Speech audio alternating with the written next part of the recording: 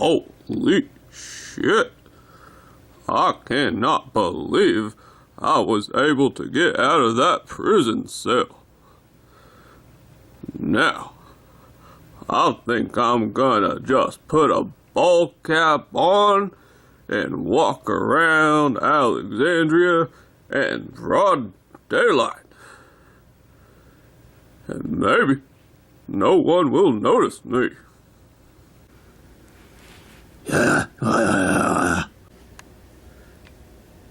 Hey, don't say that to Carol. That's inappropriate. She's a married woman. I know you've wanted the pussy for like 9 seasons, man, but what if Ezekiel doesn't die 5 minutes from now? Okay, actually, yeah, he probably will die 5 minutes from now. Oh, shit.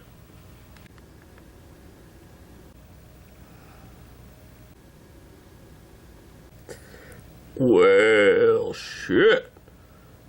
I'm just gonna turn around and run in the other direction.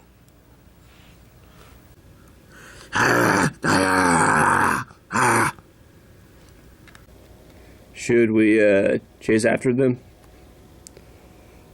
I don't personally believe that to be imperative.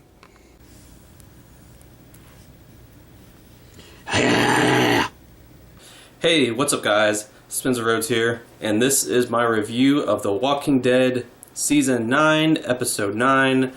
I'm sorry for the lateness in this review, but here it is. Overall, this was a pretty good episode, I'd say. I don't really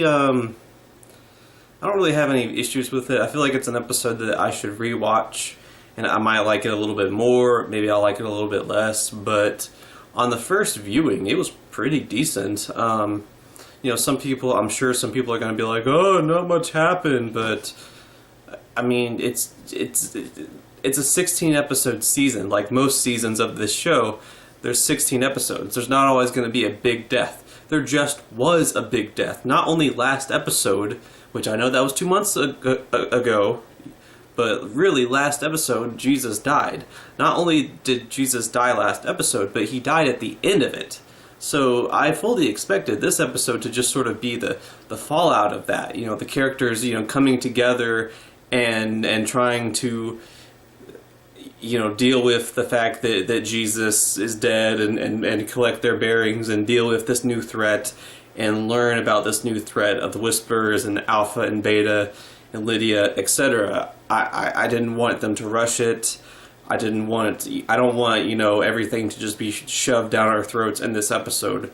You know, I think that we should get little snippets, you know, little pieces here and there of the Whisperers, you know, slowly learning about the Whisperers, because the Whisperers aren't going anywhere. They're going to be a threat in Season 10. They're not going to be taken care of in this back half. You know, Alpha gets her comic death kind of early on-ish, but I don't even think she's going to get that this season. She might get her comic death in, like, the middle of Season 10, but, you know, that's 15 episodes away, so they really should slowly develop the Whisperers and slowly reveal how the Whisperers work and how they function as a group and everything. Plus, I want them to drag out the Whisperers as much as possible. I don't give a shit about the Commonwealth story arc in the comics. I'm not looking forward to it. I think the show has enough characters. I don't want them going to a community that has 5,000 people in it. I really don't. Or 50,000 people, whatever it was. But, I don't know. Yeah, I'm not looking forward to the Commonwealth in the show. So, and it seems like everyone's leaving right now. Like, Denai Guerrera is leaving.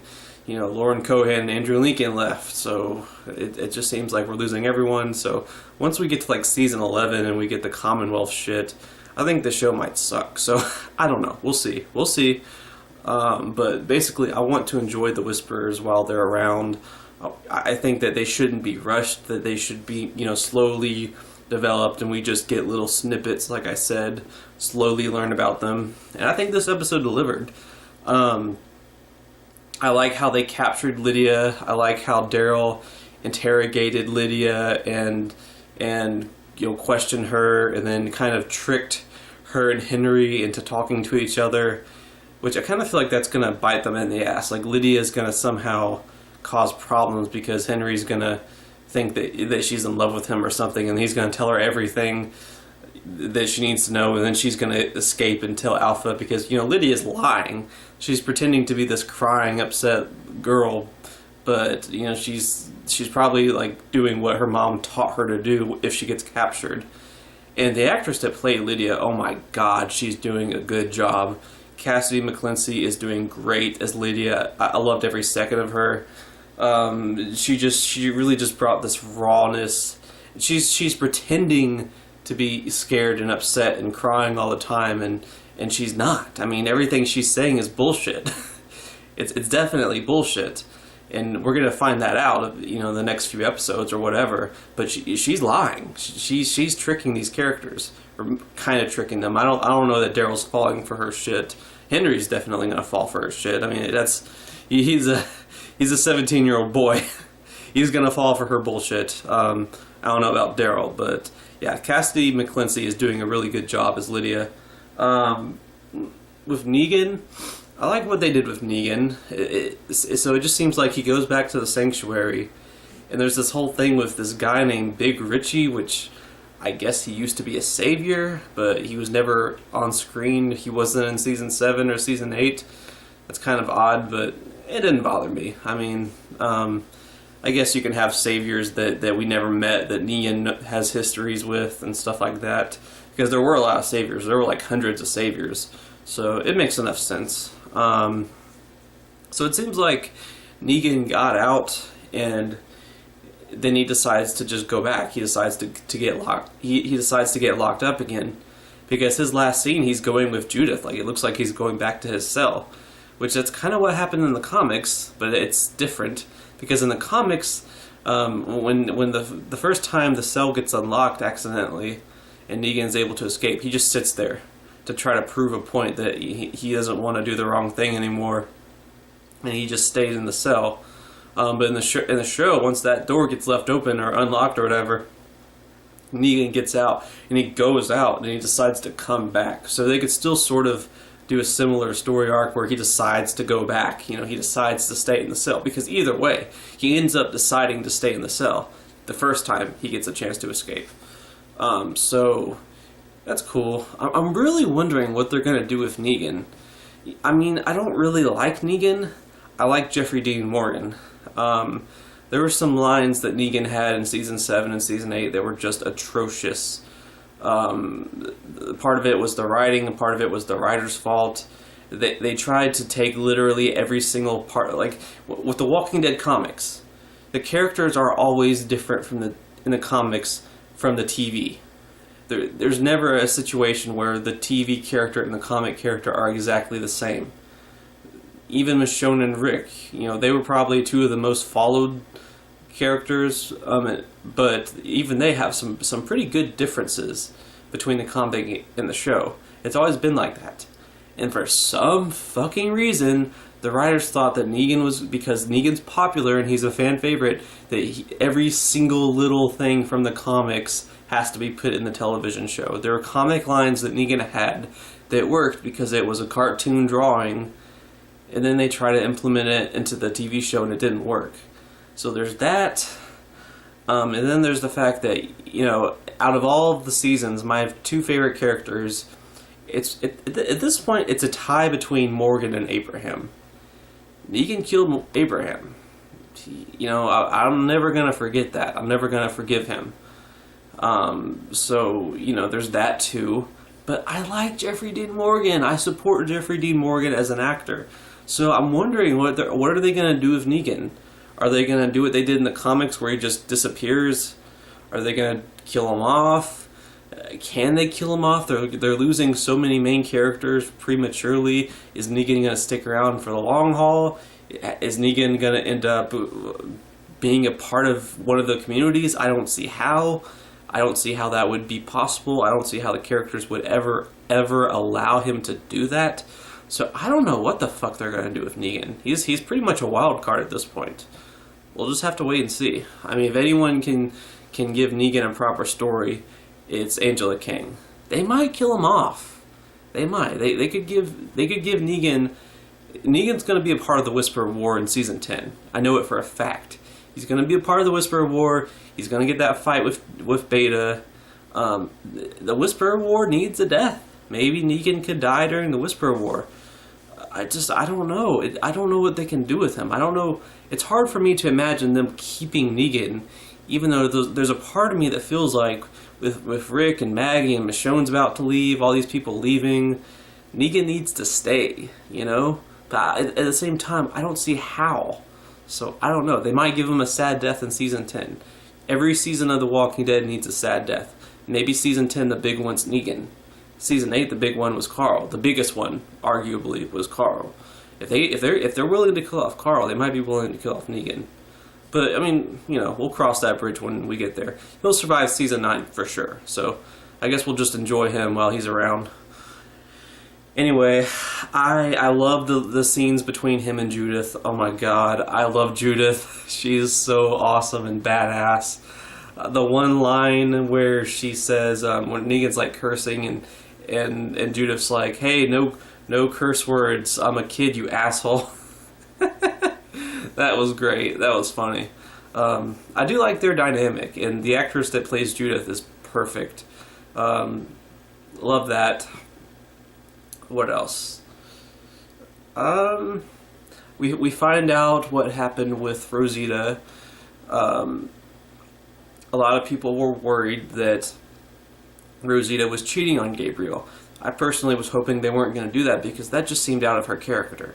I mean, you know, Abraham broke up with Rosita for another woman, but Abraham didn't cheat on Rosita. You know, Rosita's a better person in the TV show than she is in the comics. She's a better character. She's a better human being. She's just a better person in general. I didn't see her as someone that would cheat on Gabriel. That just seems like a really dick move on her part. If she likes Siddiq so much, break up with Gabriel and be with Siddiq. But don't cheat, you know? That's just, you don't do that, you know? I didn't think that was, you know, in Rosita's character. It turns out it wasn't. She had messed around with Siddiq, had some fun, nothing wrong with that, before she dated Gabriel. So she didn't cheat on Gabriel, but she got pregnant from Siddiq. And we find that out in this episode. And some people are calling Rosita a slut, and I'm like, that's stupid. If a man slept with a few women, he's normal. But if a woman sleeps with a few men, she's a slut. That double standard kind of irritates me. I mean, Rosita, she was with Abraham. You know, Abraham died, and after Abraham dumped Rosita, Rosita took it really hard, and she just used Spencer. I mean, you know, men do that all the time, but when Rosita does it, she's a slut.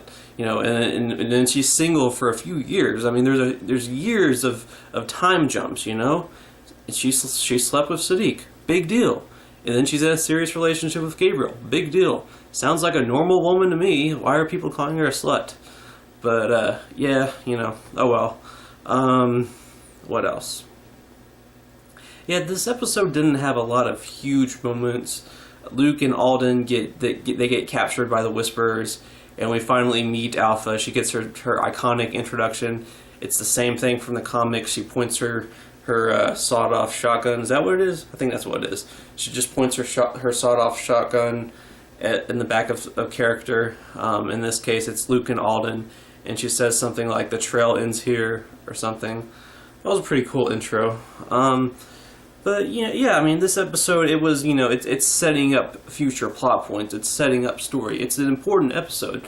Just because there's not this big, mind-blowingly crazy thing in this episode, just because some major character doesn't die, doesn't mean this was a bad episode. It had a lot of good moments in it. It had a lot of good character development and interactions between character and, you know, setting up future plot points. There's nothing wrong with it. Just because some crazy thing doesn't happen doesn't automatically mean that it's a bad episode. There's 16 episodes in every season of The Walking Dead. From season 3 onward, there's 16 episodes each. You can't have every episode have a big-ass main character death or a big-ass explosion or a big-ass thing happening. because then it would just turn into a gimmick. So you gotta have those slow burn episodes where they set up future plot points. No filler. I'm not saying filler, but this episode didn't have filler. This episode had meat, substance. It just wasn't some big crazy thing happening.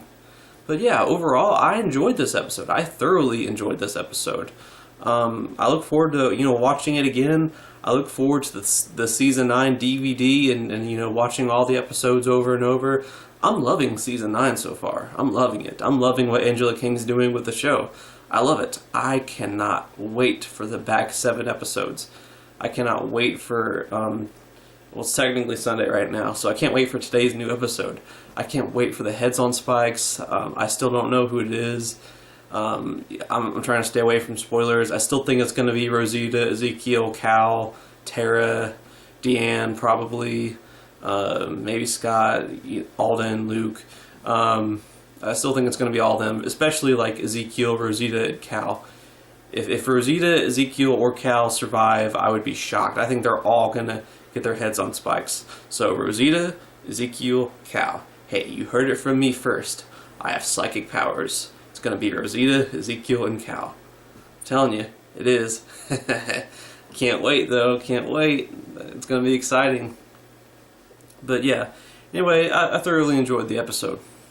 So that's pretty much all I've got. So with all that said, don't be shy. Hit that like and subscribe. I'm not going anywhere. I make 1 to 2 Walking Dead videos per day, so please hit that subscribe button. Right now we are at 358 subscribers. My goal is to try to get to 400 in the next few months. So just remember, every subscriber counts, every bit of support matters, and is very, very appreciated. Hopefully we will eventually get to that goal of 400, and then we'll be 600 away from 1,000. Once I get to 1,000, I might be able to try to set up advertisements. I don't know, because you're supposed to do it within 12 months. And I've already had this channel for over 12 months. And you're supposed to have 4,000 watch hours, which is just stupid. I'm at like 2,500, which is honestly a lot. But you gotta have it all within 12 months. And this channel is over 12 months old, so I don't know. We'll see. Maybe once I get to like 1,200 subscribers, I'll try to ask for monetization, but we'll see. We'll see. Anyway, with all that said, I'm Spencer Rhodes, and I will see you guys later. Bye!